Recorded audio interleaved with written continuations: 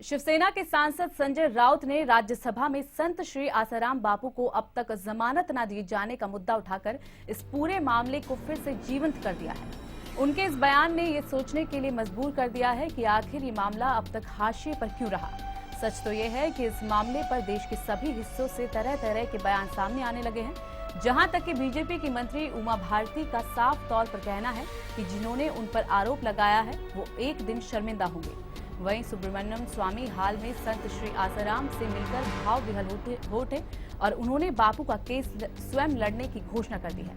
उनका साफ तौर पर कहना है कि संत श्री आसाराम पर ऐसा कोई केस बनता ही नहीं।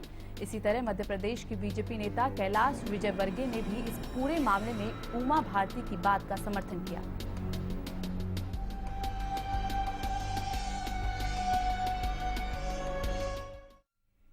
शिवसेना के सांसद संजय राउत ने राज्यसभा में देश की कानून व्यवस्था पर कटाक्ष किया। उनका कहना है कि जिस देश में मसरत आलम जैसा अपराधी आसानी से छूट जाता हो और देश में पाकिस्तानी झंडा फहराने का अपराध करता हो, वहीं दूसरी तरफ कोई भी आरोप साबित न होने के बावजूद लंबे अरसे से जेल में रहने के बाद भी संत श्री आसाराम बापू की जमानत नहीं हो पाती।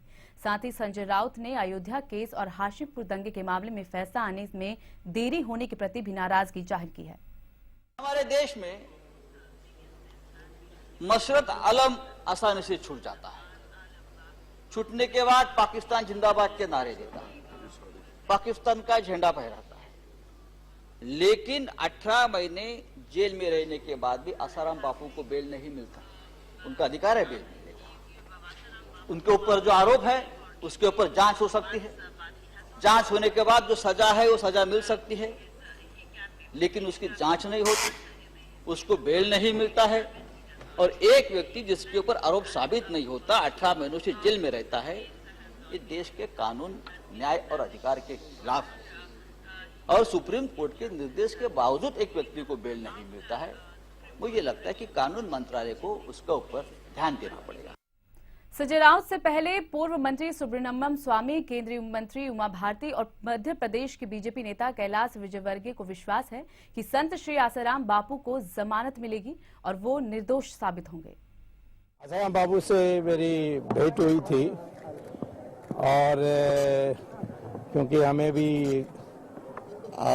विधि और कानून के बारे ज्ञान है, तो उनका जो परिस्थिति है उसको मैंने जाना। मुझे बड़ा आश्चर्य हुआ जब मुझे पता लगा कि 18 महीने जेल में हैं, जो अभी जांच की स्थिति में होते हुए भी मैं समझता हूँ कि एक प्रकार से ये इंडिया का रिकॉर्ड है कि ऐसे केस में इतने महीने किसी को बेल के बिना रखना। दंडित लोग जैसे जयललिता हैं या लालू हैं, वो दंडित होने के बाद भी अपील में उनको बेल मिली है, तो इनके लिए कोई कारण नहीं है। अब सुप्रीम कोर्ट का जो अंतिम जो निर्णय था उसके अनुसार अब उनको बेल में बाहर आने के लिए सारे जो शर्तें हैं वो पूरे हो गए हैं। आसाराम बापू 75 साल के वृद्ध और एक बेटा बेटी के बाप थे। ऐसे मामले में अंत में तो अगर वो बेकसूर है तो बाहर बेकसूर ही निकलेंगे, जैसे कि जयेंद्र सरस्वती जी निकले थे। और जिन लोगों ने आरोप लगाए थे, शर्मिंदगी का सामना उनको करना पड़ा था। आसान है किसी के ऊपर भी इस प्रकार का आरोप लगाना। आज संत आसाराम जी के देश की दुनिया भर में फॉलोअर्स हैं और एक ऐसी घटना के कारण उनकी छवि पर कितनी ठेस पहुंचेगी ये समझने वाली बात। साजिश भी हो सकती है क्योंकि बहुत बड़े संत हैं और इसलिए और एक शंका ये पैदा हुई कि राजस्थान घटना है जोधपुर की, राजस्थान की, और 3 दिन तक वे दिल्ली में रहे, कहाँ रहे किसी को नहीं पता। और उसके बाद फिर उन्होंने दिल्ली के थानों पर रिपोर्ट लिखाई, राजस्थान में क्यों नहीं लिखाई। तो ये बहुत सारे प्रश्न हैं। कांग्रेस की साजिश हो सकती है, दोनों नहीं हो सकती है, इससे संभावना उमा जी ने कहा है और मुझे लगता है कि इसकी संभावना भी हो सकती है।